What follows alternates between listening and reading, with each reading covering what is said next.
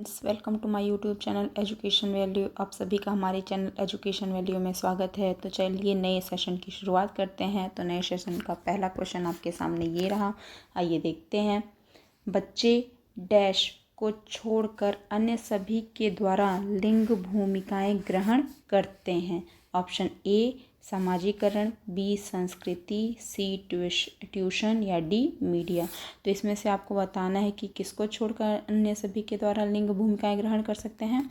तो पहले क्वेश्चन का option number C is the correct answer. Tuition को छोड़कर बाकी अन्य सभी के साथ लिंग भूमिकाएं ग्रहण कर सकते हैं। चलिए नेक्स्ट क्वेश्चन नंबर 2 को देखते हैं। क्वेश्चन नंबर 2 है, दूसरा क्वेश्चन, मानकीकृत परीक्षणों की आलोचनाओं में से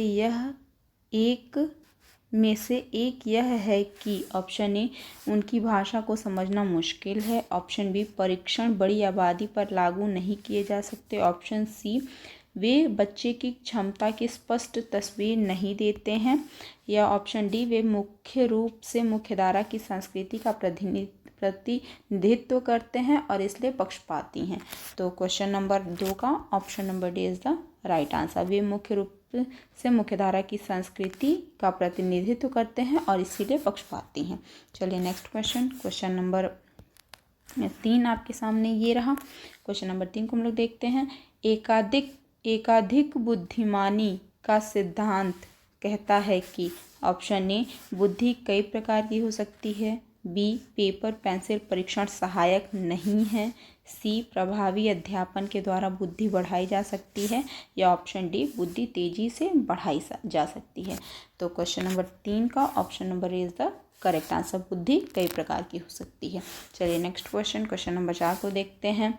शिक्षक सीखने के लिए मूल्यांकन और सीखने के मूल्यांकन दोनों का उपयोग कर सकते हैं। ऑप्शन ए बच्चे की सीखने की ज़रूरतों को जानने और तदनुसार शिक्षण रणनीति का चयन करने में, ऑप्शन बी आवधिक अंतरालों पर बच्चे के प्रदर्शन का आकलन करने और उनके प्रदर्शन को प्रमाणित करने में, ऑप्शन सी बच्चों की प्रगति की निगरानी करने और उनके सीखने के अंतराल को भरने के लिए उचित लक्ष्य निर्धारित करने में, या ऑप्शन डी बच्चों की प्रगति और उपलब्धि स्तर को जानने में।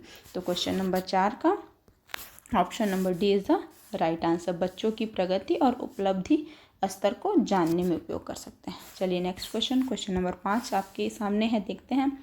निम्नलिखित में से कौन सा सतत और व्यापक मूल्यांकन से संबंधित नहीं है। देखिए यह सतत और व्यापक मूल्यांकन से कौन सा संबंधित नहीं है, उसको हम लोग देखते हैं।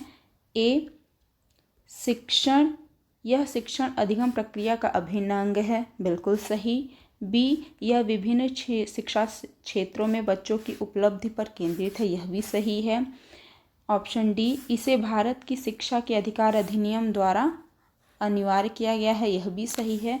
तो बचा क्या, सी यह बच्चों को धीमे, खराब या बुद्धिमान रूप में चिन्हित करने में उपयोगी होता है। तो यह आंसर आपका गलत है।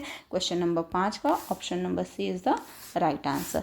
यह मतलब इसमें सतत और व्यापक मूल्यांकन से यह ऑप्शन सी संबंधित नहीं है। चलिए नेक्स्ट क्वेश्चन नंबर 6 को देखते हैं। बच्चों में प्रतिभाशालिता डैश के कारण हो सकती है। ऑप्शन ए एक संसाधन समृद्ध वातावरण, बी सफल माता पिता, सी एक अनुशासित दिनचर्या, या डी आनुवंशिकता और वातावरण के बीच एक अंतःक्रिया। तो क्वेश्चन नंबर 6 का option number D is the right answer. आनुवंशिकता वातावरण के बीच एक अंतःक्रिया। चलिए नेक्स्ट क्वेश्चन नंबर 7 को हम लोग देखते हैं।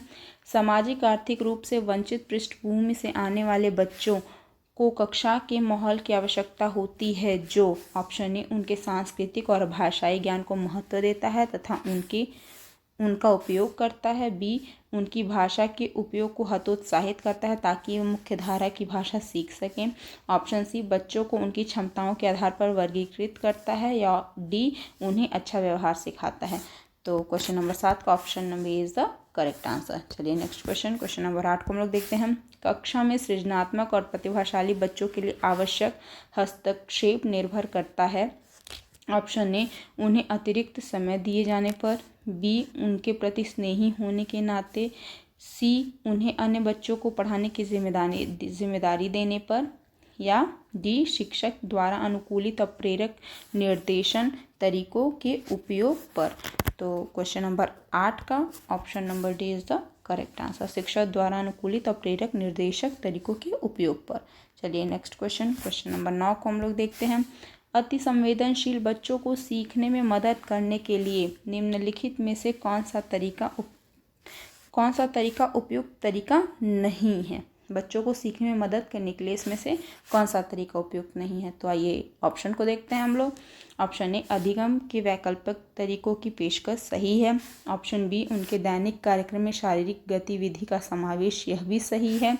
ऑप्शन डी, एक कार्य को छोटे प्रबंधनीय खंडों में तोड़ना, यह भी सही है। तो ऑप्शन सी, बेचैन होने पर अक्सर उन्हें फटकार लगाना, यह गलत है, हम ऐसा बिल्कुल नहीं करेंगे। तो क्वेश्चन नंबर 9 का option number C is the right answer. बच्चों की सीखने में हम उनको बेचैन होने पर उन्हें डांटेंगे या फटकारेंगे नहीं, बल्कि उनको प्यार से समझाएंगे। चलिए नेक्स्ट क्वेश्चन नंबर 10 को हम लोग देखते हैं। अलग अलग सोच वाले पैटर्न उन बच्चों की पहचान करते हैं जो ऑप्शन ए, डिसलेक्सिक हैं, बी, सृजनात्मक हैं, सी, प्रत्यास्थी हैं, या डी, विकलांग है। तो क्वेश्चन नंबर 10 का option number B is the right answer, सृजनात्मक हैं। चलिए नेक्स्ट क्वेश्चन नंबर 11 को देखते हैं। निम्नलिखित में से कौन सा शिक्षक द्वारा कक्षा में बच्चों के लिए समस्या हल करने के तरीके का वर्णन नहीं कर सकता है। देखिए, इसमें आपको बताना है कि कौन सा समस्या हल करने के तरीके का वर्णन नहीं करता है। चलिए ऑप्शन देखते हैं हम लोग। ऑप्शन ए, कुछ हल करते समय गलतियों को करने की प्रति ईमानदार रहना, सही है। बी, सोच विचार परीक्षण और विभिन्न उत्तरों जैसे शब्दावली का प्रयोग करना, यह ऑप्शन भी आपका सही है।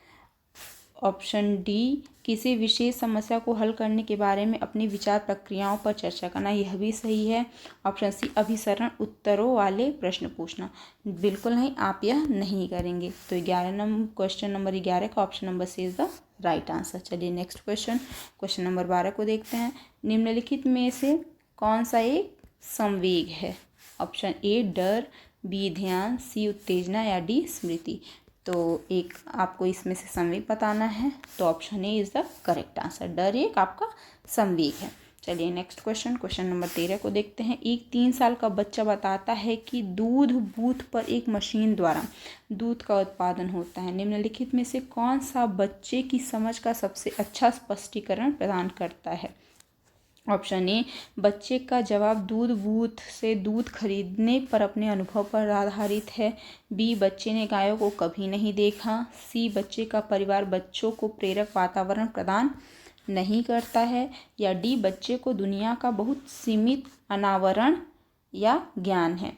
तो क्वेश्चन नंबर 13 का option number A is the correct answer, बच्चे का जवाब दूध बूथ से दूध खरीदने पर अपने अनुभव पर आधारित है।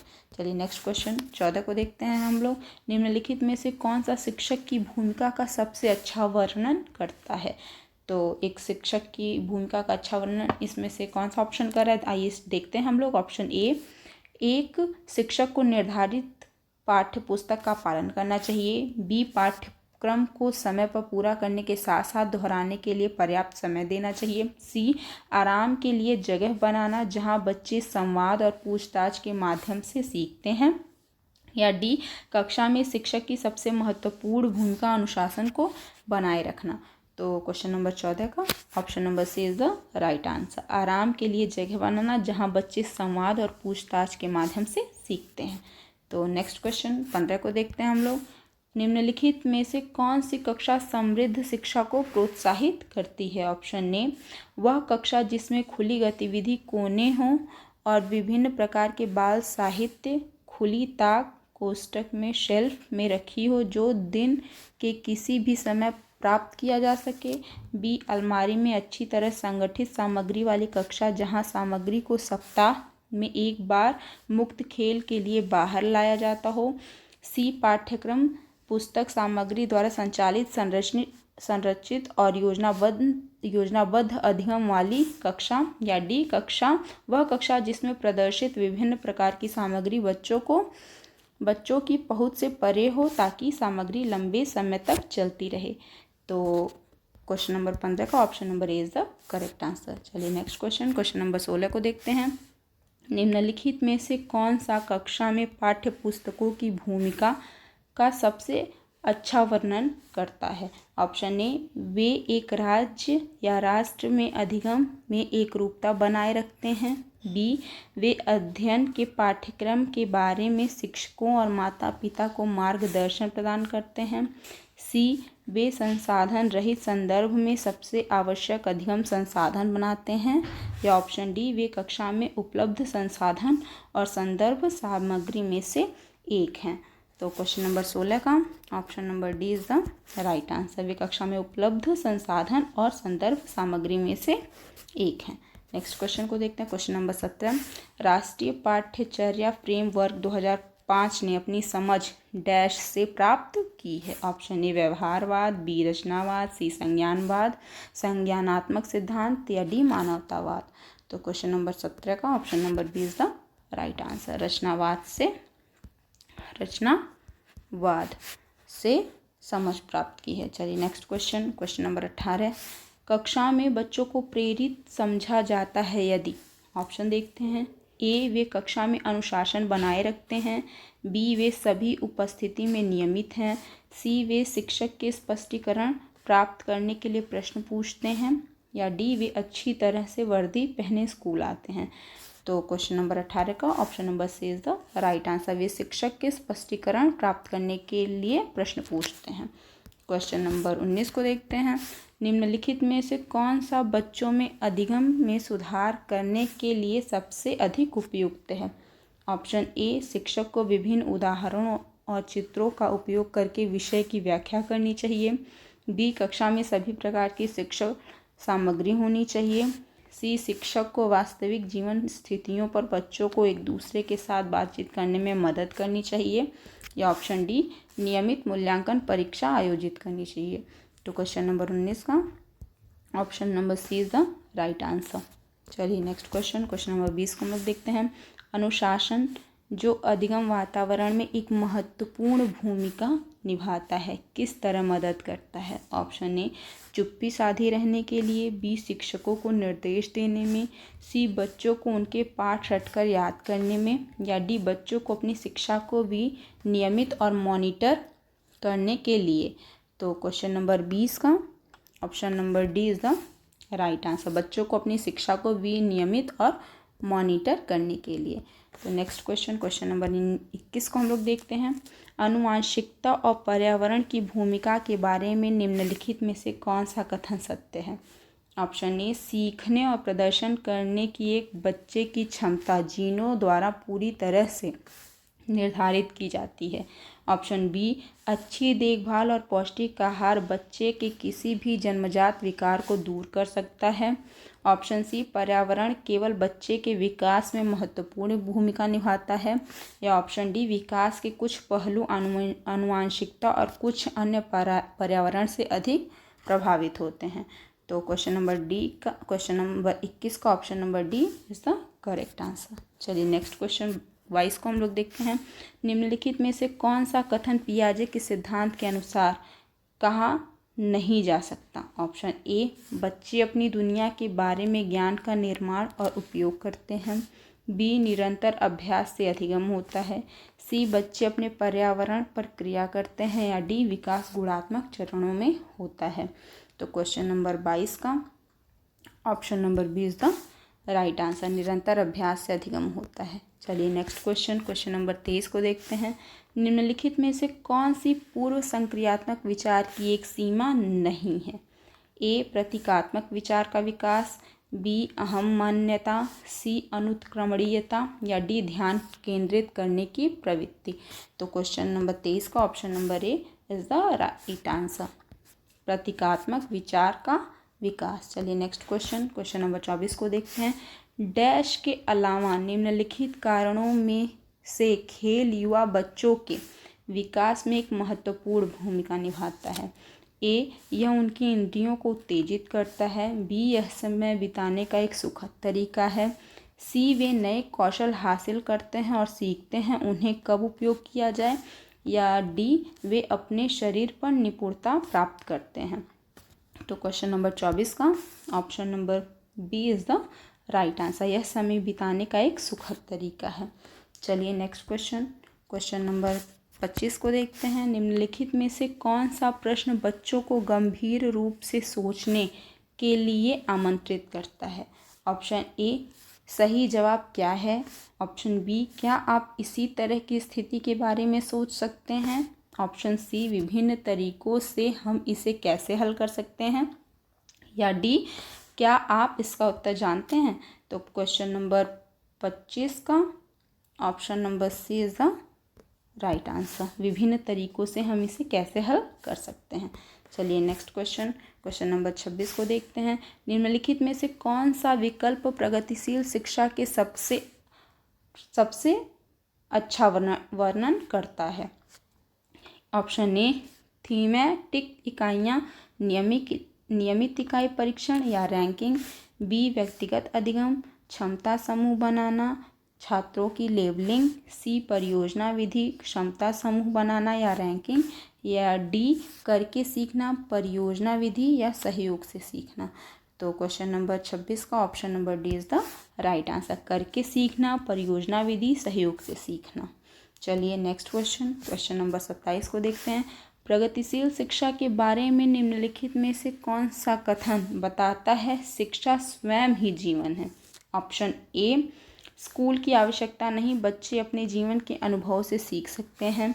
बी, स्कूल में शिक्षा सामाजिक और प्राकृतिक दुनिया को प्रतिबिंबित करे। सी, जीवन सच्चा शिक्षक है। या डी, स्कूल शिक्षा को यथासंभव लंबे समय तक जारी रखना चाहिए। तो क्वेश्चन नंबर 27 का option number B is the right answer.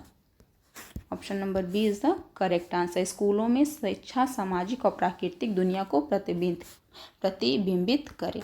Next question number 28 को देखते हैं। कोहलबर्ग के सिद्धांत के योगदान के रूप में निम्नलिखित में से किसे माना जा सकता है? ऑप्शन ए, इस सिद्धांत में विस्तृत परीक्षण प्रक्रियाएं हैं। बी, यह नैतिक तर्क और कार्यवाही के बीच एक स्पष्ट संबंध स्थापित करता है। सी, उनका विश्वास है कि बच्चों नैतिक दार्शनिक हैं। डी, उनके सिद्धांत ने संज्ञानात्मक परिपक्वता और नैतिक परिपक्वता के बीच एक संयोग का समर्थन किया है। तो क्वेश्चन नंबर 28 का option number D is the right answer. चलिए नेक्स्ट क्वेश्चन नंबर 29 को हम लोग देखते हैं। निकटवर्ती विकास का क्षेत्र संदर्भित करता है। ऑप्शन ए, उस विकासात्मक चरण को जब बच्चा सीखने की पूरी जिम्मेदारी लेता है। ऑप्शन बी, एक संदर्भ को जिसमें बच्चे सहयोग के सही स्तर के साथ कोई कार्य लगभग स्वयं कर सकते हैं। ऑप्शन सी, उस सीखने के बिंदु को जब सहयोग वापस लिया जा सकता है। या डी, उस चरण को जब अधिकतम विकास संभव हो। तो क्वेश्चन नंबर 29 का option number B is the correct answer. एक संदर्भ को जिसमें बच्चे सहयोग के सही स्तर के साथ कोई कार्य लगभग स्वयं कर सकते हैं। चलिए अपने नेक्स्ट क्वेश्चन और लास्ट क्वेश्चन को हम लोग देखते हैं। एक उभलिंगी व्यक्तित्व ऑप्शन ए में आमतौर पर माने गए मर्दाना और स्त्री गुणों का समायोजन होता है। ऑप्शन बी, व्यक्तित्व में दृढ़ और अहंकारी होने की आदत है। या ऑप्शन सी, समाज में प्रचलित रूढ़िवादी लिंग भूमिकाओं का पालन करना है। या ऑप्शन डी, व्यक्तित्व स्त्री लक्षणों वाले पुरुषों को संदर्भित करता है। तो क्वेश्चन नंबर 30 का option number A is the right answer. एक उभयलिंगी व्यक्तित्व में आमतौर पर माने गए मर्दाना और स्त्री गुणों का समायोजन होता है।